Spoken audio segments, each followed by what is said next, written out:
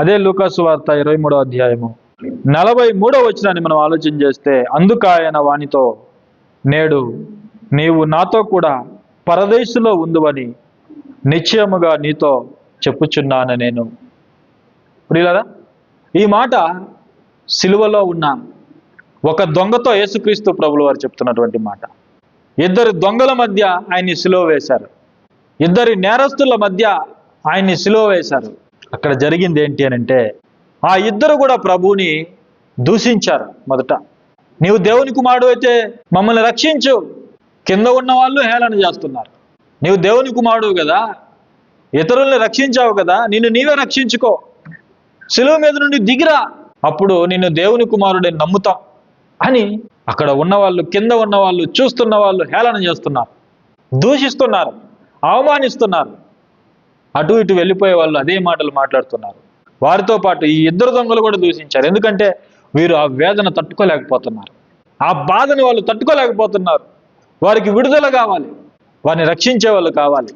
అందుకే వాళ్ళు, నీవు దేవుని కుమారుడు అయితే నేను నీవే కాపాడుకో, మమ్మల్ని కూడా రక్షించు, మేము ఈ వేదన తట్టుకోలేకపోతున్నాం అని దూషించారు వాళ్ళు. అయితే ఆయన మాటలు వీళ్ళు విన్నారు. ఏ మాట? తండ్రి, వీరిని క్షమించు, వీరు ఏం చేస్తున్నారో వీరికి తెలియదు అని తనను సిలువ వేసిన వారిని కూడా క్షమించినటువంటి ఆ ప్రార్థన విని ఆ ఇద్దరు దొంగల్లో ఒక దొంగలో పశ్చాత్తాపం కలిగింది, ఒక దొంగలో మార్పు వచ్చింది. ఎందుకంటే అప్పటి వరకు అలాంటి వ్యక్తిని ఎప్పుడూ చూడలా. వాళ్ళు చంపుతున్న వారిని కూడా క్షమించినటువంటి వ్యక్తిని ఎవరు చూడలా. ఈ ప్రపంచంలో ఎవరు కనిపించలేదు అలాంటి వారు. అలాంటి పరిస్థితుల్లో మొట్టమొదటిగా అలాంటి వ్యక్తిని చూడగానే ఆయన ఏమని చెప్పుకున్నాడో దాన్ని నమ్మాడు ఆ వ్యక్తి. మారినటువంటి ఆ వ్యక్తి మరొక దొంగతో ఏమంటున్నాడో తెలుసా? రేయ్, మన ఇద్దరం నేరస్తులు, మనం దొంగతనాలు చేశాము, నేరాలు చేశాము, ఘోరాలు చేశాం, మనకు ఈ శిక్ష న్యాయమైనది, మనకు ఈ శిక్ష న్యాయమైనది, సిలువ శిక్ష. అయితే ఈయన ఎలాంటి నేరము చేయలేదు, ఈయన ఎలాంటి నేరము చేయలేదు అని హృదయములో పశ్చాత్తాపడ్డాడు.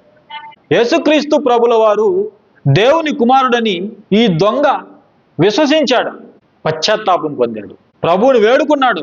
ప్రభువా, నీ రాజ్యముతో వచ్చినప్పుడు నీవు నన్ను జ్ఞాపకం చేసుకో, నీ రాజ్యముతో వచ్చినప్పుడు నన్ను జ్ఞాపకం చేసుకో, నీవు మరలా వస్తావు. నీవు భూమి మీద ఉన్నప్పుడు, బోధిస్తున్నప్పుడు ఏమని నువ్వు ప్రకటించావో దాన్ని నేను నమ్ముతున్నాను. నీవు తిరిగి వస్తావు, నీ రాజ్యంతో నువ్వు వస్తావు, మహిమతో వస్తావు. నీవు వచ్చినప్పుడు నన్ను జ్ఞాపకం చేసుకో. ఎంత విశ్వాసం చూడండి, ఎంత విశ్వాసం. ఇంకా అప్పటికి పునరుద్ధానం జరగల, నిస్సహాయ స్థితిలో ఉన్నాడు ఒకవైపు ప్రభు. ఇలాంటి పరిస్థితుల్లో ఎంత గొప్ప విశ్వాసం చూడండి, ఒకసారి ఆలోచన చేయండి. ఈరోజు మనకు సంపూర్ణమైన వాక్యం ఉన్నా కూడా ఇలాంటి విశ్వాసం కనపడడం లేదు. ఆ మారినటువంటి దొంగకి ఎంత విశ్వాసం. ప్రభువా, నాకు తెలుసు నీ వస్తావు, నీ వస్తావు. మన విశ్వాసం ఎలాంటిది? ఉద్యోగం ఇస్తేనే నమ్ముతా, ఉద్యోగం ఇస్తేనే, వివాహం జరిగితేనే, అవునా కదా, నా కోరికలన్నీ తీరిస్తేనే. సిలువలో దొంగకి ఇక ఆశ లేదు. ఈ దొంగ ప్రభుతో చెప్తున్నాడు, నీ వస్తావు, నాకు తెలుసు, నీవు రాజుగా మరలా ఈ లోకానికి వస్తావు, నీ రాజ్యంతో వస్తావు, ప్రభావంతో వస్తావు, మహిమతో వస్తావు, దూతలతో కూడా నీవు దిగి వస్తావు. అప్పుడు దయచేసి నన్ను జ్ఞాపకం చేసుకో. పశ్చాత్తాప ప్రార్థన. చూడండి, ప్రభు ఏం చేశాడు? ఆ ప్రార్థన ఆలకించాడు. ప్రభు తండ్రికి ప్రార్థన చేశాడు, ఈ దొంగ ప్రభువుకు ప్రార్థన చేశాడు సిలువలో. అర్థమవుతుందా? తండ్రి కుమారుణ్ణి అంగీకరించాడు, కుమారుడు దొంగని అంగీకరించాడు. ఎంత గొప్ప సందర్భం, ఆలోచన చేయండి. తండ్రి కుమారుణ్ణి స్వీకరించాడు, కుమారుని ప్రార్థన స్వీకరించాడు, ఈ ప్రపంచాన్ని క్షమించాడు. ప్రభు సిలువలో దొంగని క్షమించాడు, స్వీకరించాడు. దొంగ ప్రార్థన స్వీకరించాడు ప్రభు. వెంటనే ఏమంటున్నాడో తెలుసా? అదే ఇప్పుడు మనం చదువుకున్న మాట, నేడు నీవు నాతో కూడా పరదేశంలో ఉంటావు. అవును, నేను వస్తాను, నా రాజ్యంతో తిరిగి వస్తాను. ఈ లోకానికి వచ్చినప్పుడు నీవు నా రాజ్యంలో ఉంటావు. చూడండి, చివరి క్షణంలోనైనా ప్రభు అవకాశము ఇచ్చాడు. ఆ దొంగ బ్రతికినంత కాలము చెడు పనులే చేశాడు, నేరాలే చేశాడు, మంచి చేయలేదు. సిలువకు వెళ్ళేంత వరకు కూడా దొంగ చెడ్డవాడిగానే ఉన్నాడు. ప్రభు మొదటి మాట పలికేంత వరకు, మొదటి మాట ప్రార్థనగా తండ్రికి చేసేంత వరకు కూడా ప్రభువుని దూషించిన వాడే, అయితే ప్రభు ప్రార్థన, తండ్రికి చేసిన ప్రార్థన ఎప్పుడైతే విన్నాడో సత్యాన్ని తెలుసుకున్నాడు. నిజంగా హృదయములో పశ్చాత్తాపం, హృదయాన్ని మార్చుకున్నాడు.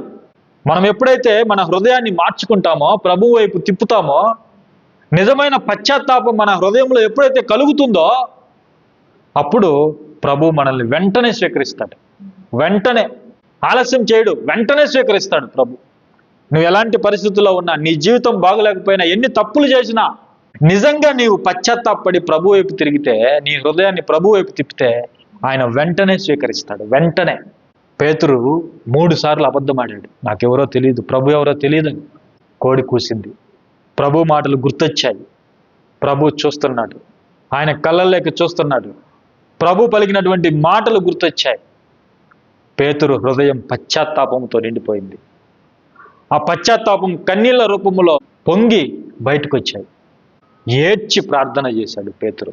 ఏడ్చి ప్రార్థన చేశాడు, ప్రభువా నన్ను క్షమించు, నీతో తిరిగాను, నిన్ను చూశాను, నీవు దేవుని కుమారుడు అని ఒప్పుకున్నాను, అయినా ఈ పరీక్ష సమయంలో నేను ఓడిపోయాను, నీవెవరో తెలియదని 3 సార్లు నేను అబద్ధం చెప్పాను అని పశ్చాత్తాపంతో నిండిపోయాడు. పేతుర్ని దేవుడు విడిచిపెట్టాడా? ప్రభు విడిచిపెట్టాడా? విడిచిపెట్టలా. సముద్ర తీరములో ఉన్నప్పుడు మరలా ప్రభు వచ్చాడు. పేతురు, నీవు నన్ను ప్రేమిస్తున్నావా? 3 సార్లు అడిగింది. ఎందుకు? పేతురు 3 సార్లు అబద్ధం చెప్పాడు.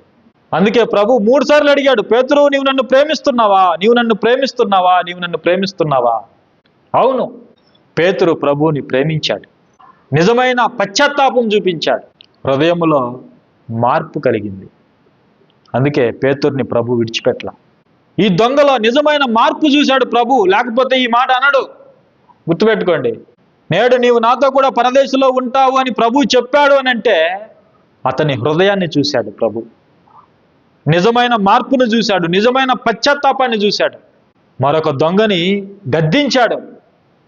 రేయ్, మనం నేరస్తులమి, మనకు ఈ శిక్ష న్యాయమైనది, కానీ ఈయన ఏ నేరము చేయలేదు, ఆయనకు ఈ శిక్ష అన్యాయం అని పశ్చాత్తాపముతో, హృదయ మార్పుతో పలికినటువంటి మాటలు అవి ప్రభు గమనించాడు. తన హృదయాన్ని చూశాడు. ఆ హృదయంలో మార్పు గమనించినటువంటి ప్రభు చెప్తున్నాడు, నీవు నాతో కూడా పరదేశంలో ఉంటావు. మనకు కూడా ప్రభు వైపు తిరగడానికి అవకాశం ఉంది. ఎలాంటి తప్పుల్లో మనం చిక్కుకుపోయినా సరే మనము ప్రభు వైపు తిరిగినప్పుడు ప్రభు మనల్ని వెంటనే స్వీకరిస్తాడు. ఆయన విడిచిపెట్టే దేవుడు కాదు. ఆయన మన మార్పు కోసం ఎదురు చూసేవాడు. ఆయన ఎక్కడ ఎదురు చూశాడో తెలుసా? సిలువలో కూడా ఎదురు చూశాడు. సిలువలో వేదనలో ఉన్నా సరే దొంగ మార్పు కోసం ఎదురు చూశాడు.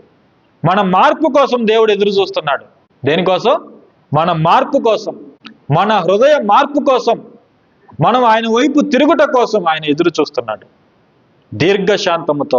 దీర్ఘశాంతముతో లోబడనల్లని మన వైపు, మన ఎడల ఆయన తన చేతులను చాచి ఉన్నాడు.